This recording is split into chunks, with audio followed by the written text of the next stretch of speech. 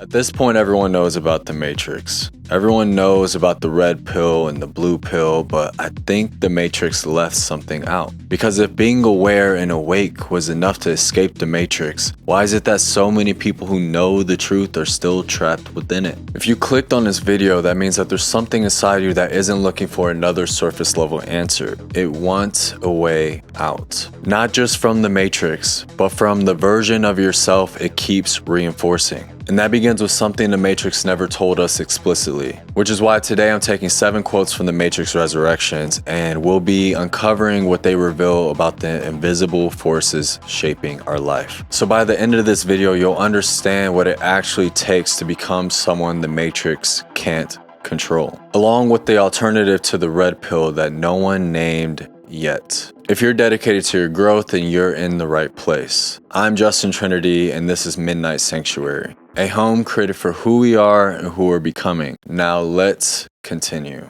So when I say the Matrix, forget machines, forget simulated reality. I'm talking about every invisible system that tells you who you should be before you ever decide who you are. Expectations, fear, culture, trauma, algorithms, your sense of identity, and every story you accepted before you were ever given the chance to question it. Essentially, a matrix isn't just some abstract place. It's a culmination of patterns. Now, the problem isn't that these patterns exist. The issue is that most people never realize they're living inside them. In the Matrix Resurrections, there's a line that encapsulates why this is so difficult to recognize. I saw this pattern, and it was everywhere. We can't see it, but we're all trapped inside these strange, repeating loops.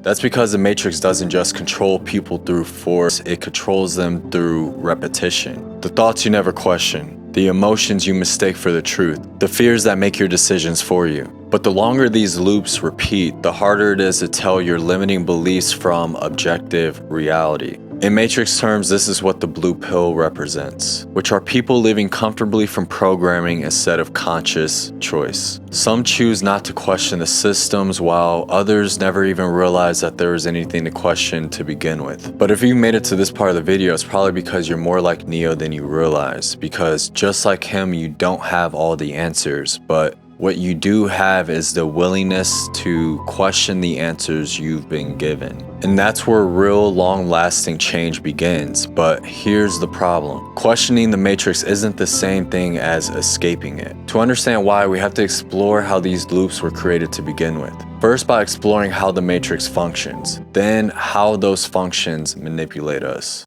Now, whether you're aware of it or not, we're constantly being influenced by the world around us. Sometimes intentionally, other times unintentionally. But whether it's the algorithms deciding what you see, the people you spend the most time around, your family that shaped your earliest beliefs, or even me speaking with you in this very moment. Every interaction transfers something. Every conversation leaves something behind. And every piece of content changes you, even if only a little.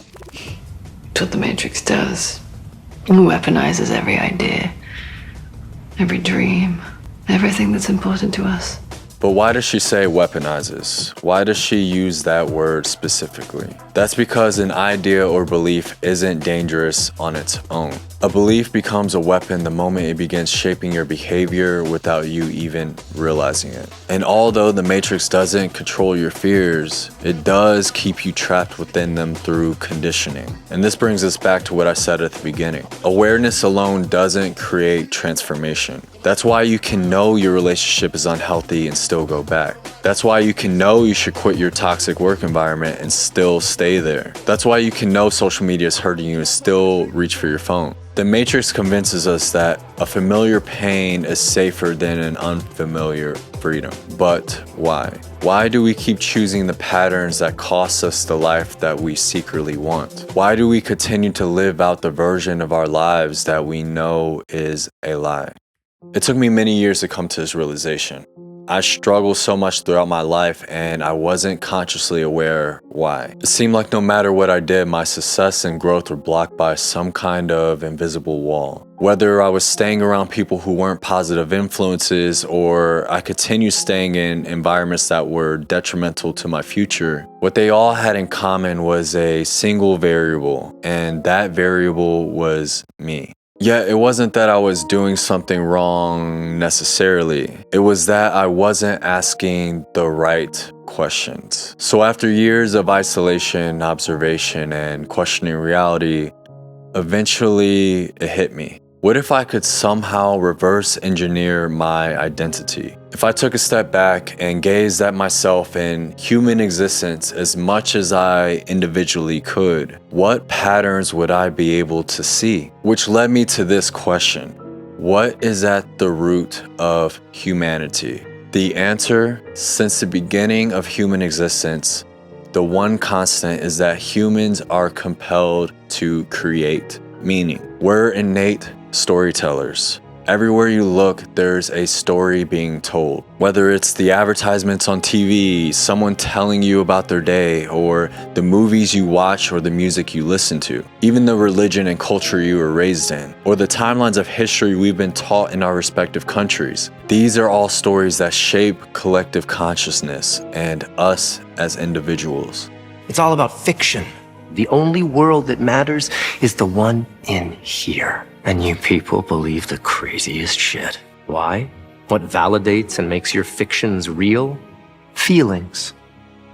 Which is why stories are incredibly powerful, because their power isn't necessarily in the stories themselves. The power comes from what they make you feel. Someone could sit here and tell you the most life-changing information, but if it doesn't evoke emotions powerful enough to be integrated within your psyche, then they might as well have been talking to a wall. But in the case of you watching this video, you're not being a wall, are you? If not, then once again, I have to ask, if being aware and awake was enough to escape the Matrix, why is it that so many people are still trapped within it?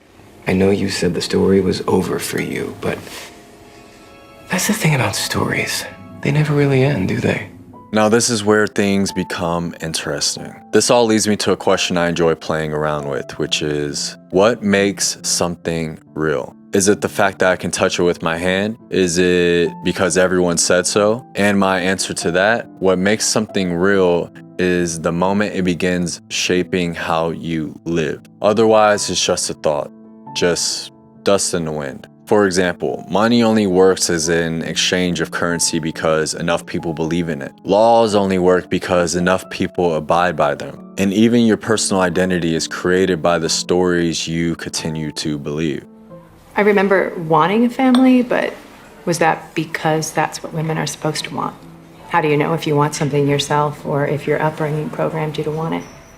If you were born across the world and you were brought up within a different country, a different culture, or even a different family, would you still want the same things you want today? Is the life you're currently living the one of your making, or is it a life based on choices that were mostly made for you? When you look into the mirror and you stare at your reflection, who are you? The clothes you wear, your education, your career, your status, your social media account. Underneath all of it, who are you at your core? Underneath all the stories you've ever been told. Underneath the responsibility to uphold the life of who everyone believes you are. Who are you? Maybe the answer isn't something that's permanent. The patterns that have been running your life have been inherited long before you ever had a say in them. Which means every version up until this point has been written by something or someone else. But who writes the next one? Them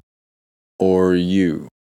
So how do we finally become someone the Matrix can't control? As I alluded earlier, awareness is only half the battle. The rest has to do with refusing to live unconsciously within it. And you do that by rewriting the story of who you are and who you're becoming, by taking what I'd call the purple pill. If the blue pill is unconscious comfort and being asleep, and the red pill is awareness and seeing the truth, then the purple pill is embodiment and living the truth. And that's what I think the Matrix left unsaid. Taking the purple pill means awakening to a deeper exploration of truth, one that doesn't stop at questioning what you didn't see while you were asleep. It means continuing to question what you think you see while you're awake. It means stepping inside the matrix as a conscious participant instead of as someone who simply reacts. There's a saying that if you don't decide who you are, then the world will decide for you. But while so many people are red-pilled nowadays and are aware of all these problems that are happening within the world, how many of even those people are still living lives that were chosen for them?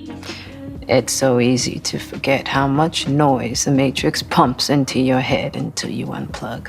Your personal truth lies beneath the rubble of everything you're exposed to, and you discover your truth in a period of solitude away from the noise. You do that by sitting with and questioning the beliefs that have been presented to you, by learning to come to your own conclusions, and by adopting beliefs that are in alignment with your current season of life. The reason so many people know the truth but are still trapped within it is that they're afraid of who they'll be without the identity that provides them a sense of comfort, even if that identity is a lie. Many of us are afraid of being rejected, and many of us are afraid of accepting and embracing who we truly are and what we deeply desire. But until you learn to let go of everything you aren't, you'll never have the space for everything you're becoming.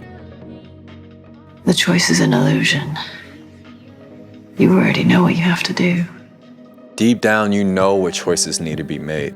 You know what needs to die. You know what has overstayed its welcome. But awareness was never the missing piece. The permission to take action was. Every transformation requires it. But the only permission that will set you free is the permission you give to yourself. So will you take the leap of faith? For me, some of my truth and permission has been found through writing. So this is an excerpt from my poetry book, Hello Darkness, It's Me. Who are you when the world is quiet? When the roads have cleared and the moon has neared, who is the person that gazes toward the wishful sky? Wonder as you might, what do you wish for tomorrow to bring? What are you willing to do in order to make that happen? Because I promise you, a wish without effort or a leap of faith is nothing but a wish. If this video was meaningful for you, be sure to subscribe. I'll be seeing you in the next one.